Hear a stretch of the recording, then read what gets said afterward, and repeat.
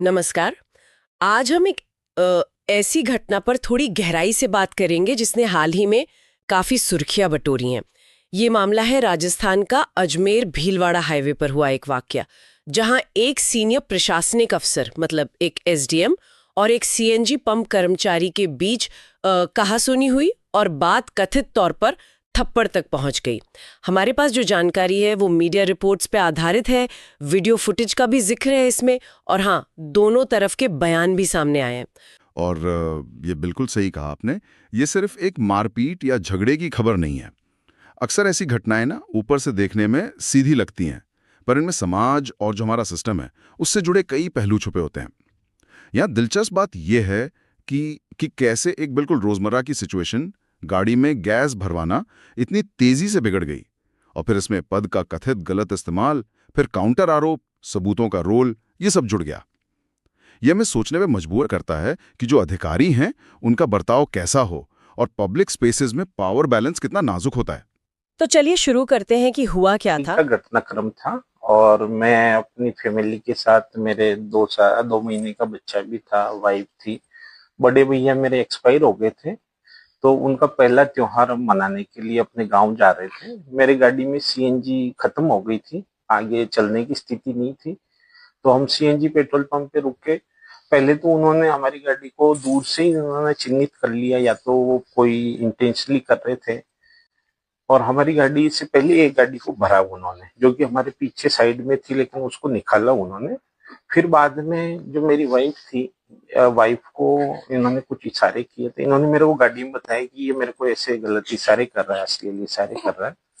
फिर मैंने इनको कहा कि अपने को तो एक बार फ्यूल लेना है, क्योंकि गाड़ी चल नहीं पा रही है। तो फिर भी उसने इंटेंशनली हमारे को सबको उतार के मेरी गाड़ी लग गई। मेरी गाड़ी लग के हमारे को सबको दूर खड़ा कर दिया, बच्चों को, क्योंकि बच्चे रो रहे, छोटे थे। और उसके बाद उसने मेरी गाड़ी में नहीं भर के पीछे वाली गाड़ी में भरने लग गया, और इसको अश्लील, इसकी अलग वीडियो बनाना, इसकी फोटो खींचना का काम चालू किया। जब फिर मेरे को गुस्सा आया, मैंने कहा आप नियम क्यों तोड़ रहे हो? मैं अधिकारी रहा हूँ, यहाँ एसडीएम लेवल का अधिकारी रहा हूँ, तो आप नियम क्यों तोड़ रहे हो? आपको क्या पता है नियम? पहले आता है उसको पहले भरना होता है। तो इस पे थोड़ा वो गाली गलौज की उसने, अभद्रता की, मेरे साथ हाथापाई, मेरी भी हाथापाई हुई, मेरे भी उन्होंने मारी, तो मेरे मुंह में खून आ गए। और वाइफ ने बीच बचाव किया। फिर हमने एफआईआर दर्ज कराने के लिए थाने में हम परिवार सहित ही गए थे। रायला थाने के अंदर एफआईआर दी जी। मैं दीपिका व्यास, पत्नी छोटूलाल शर्मा, आरएएस अधिकारी। हम दिवाली के त्योहार पर हम हमारे घर से निकले थे गांव जाने के लिए। हम सब ये त्योहार मनाने के लिए घर से निकले थे, तो गाड़ी में फ्यूल खत्म हो गया था। तो हम पेट्रोल पंप पे पहुंचे। वहां पर पेट्रोल पंप पहुंचे तो वहां पहुंचने से पहले, वहां पर पहुंचने के बाद हमने देखा कि जो कर्मचारी थे वो क्या अश्लील हरकतें कर रहे थे पहले गाड़ी में उतरने से पहले। तो ये बात मैंने अपने पति को बताई।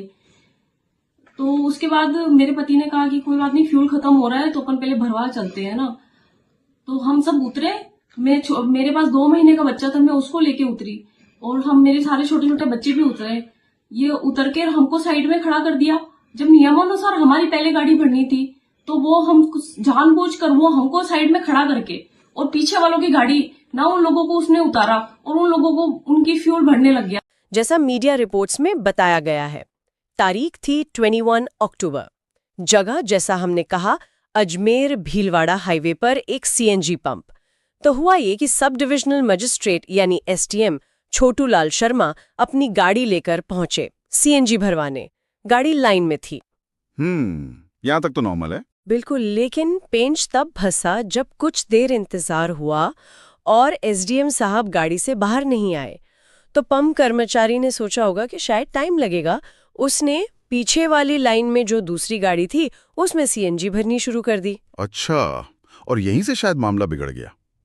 कर्मचारी का एक छोटा सा फैसला था ये, शायद पंप पर ऐसा रोज होता भी हो, लेकिन यहाँ ये झगड़े की वजह बन गया। हाँ बिल्कुल। रिपोर्ट्स और जो वीडियो वायरल हुआ है उसके कुछ हिस्सों के हिसाब से एसडीएम छोटूलाल शर्मा इस बात पर काफी नाराज हो गए। वो गाड़ी से उतरे, सीधा कर्मचारी के पास गए और वीडियो में उन्हें जोर से ये कहते सुना जा सकता है, मैं एसडीएम हूँ मैं यहाँ, तेरे को पता नहीं है गाड़ी लगी हुई है। मतलब ये सिर्फ गुस्सा नहीं था, इसमें साफ तौर पर पद का रौब झलक रहा था, अपनी हैसियत बताने की कोशिश। और बात यहीं खत्म नहीं हुई। इसके बाद उन्होंने कथित तौर पर कर्मचारी को थप्पड़ मार दिया। यहां से मामला वाकई में उलझ जाता है कि बस कुछ मिनट इंतजार या प्रायोरिटी न मिलने पर एक प्रशासनिक अफसर का ऐसा रिएक्शन ये कई सवाल खड़े करता है। हाँ, और ये जो लाइन है, मैं एसडीएम हूँ, ये खास तौर पर ध्यान देने वाली है। ये सिर्फ जानकारी देना नहीं है, ये उस पल में एक तरह से अथॉरिटी का दावा है, शायद एक तरह की हकदारी, एंटाइटलमेंट जिसे कहता है। जैसे कि वो कह रहे हों कि भाई मेरे पद की वजह से मुझे आम नियमों से या इंतजार करने से छूट मिलनी चाहिए। और यही सोच, यही रवैया अक्सर सत्ता के दुरुपयोग की जड़ में होता है, जब पद इंसान के व्यवहार पर हावी हो जाता है। और इसके ठीक बाद जो हुआ वो भी इसी पावर बैलेंस वाली बात को दिखाता है। मीडिया रिपोर्ट्स के मुताबिक इस झगड़े के बाद पुलिस आई मौके पर और पुलिस ने पेट्रोल पंप के 3 कर्मचारियों को शांति भंग करने के आरोप में गिरफ्तार कर लिया। हाँ, ये गौर करने वाली बात है। एक तरफ एसडीएम पर थप्पड़ मारने का आरोप है, जिसका वीडियो सबूत भी बताया जा रहा है, लेकिन जो पहली कार्रवाई हुई वो कर्मचारियों के खिलाफ हुई। तो यहाँ ये एक जरूरी सवाल उठता है कि क्या पुलिस की शुरुआती कार्रवाई निष्पक्ष थी या उसमें कहीं ना कहीं अधिकारी के पद का वो असर था। अक्सर हम देखते हैं ऐसे मामलों में कि जो रसूखदार पार्टी होती है उसके खिलाफ एक्शन लेने में हिचक होती है, जबकि आम आदमी पर कानून फौरन लागू हो जाता है। बिल्कुल। और कहानी में एक और ट्विस्ट तब आया जब एसडीएम छोटूलाल शर्मा की पत्नी दीपिका व्यास वो भी सामने आई। उन्होंने उसी पेट्रोल पंप कर्मी के खिलाफ पुलिस में एफआईआर दर्ज करवा दी और इल्जाम था छेड़छाड़ का। अब देखिए मामला कितना कॉम्प्लिकेटेड हो गया। एक तरफ एसडीएम पर मारपीट का आरोप वीडियो सबूत के साथ, दूसरी तरफ एसडीएम की पत्नी का उसी कर्मचारी पर छेड़छाड़ जैसा गंभीर आरोप जिसकी एफआईआर दर्ज है। तो ये मामला अब सिर्फ मारपीट का नहीं रहा, इसमें जेंडर क्राइम का एंगल भी आ गया, जिसने इसे और ज्यादा सेंसिटिव बना दिया है। कई बार ऐसे काउंटर केस, मतलब जवाबी मामले, स्ट्रैटेजी के तहत भी दर्ज करवाए जाते हैं, मुख्य केस को कमजोर करने के लिए या दबाव बनाने के लिए।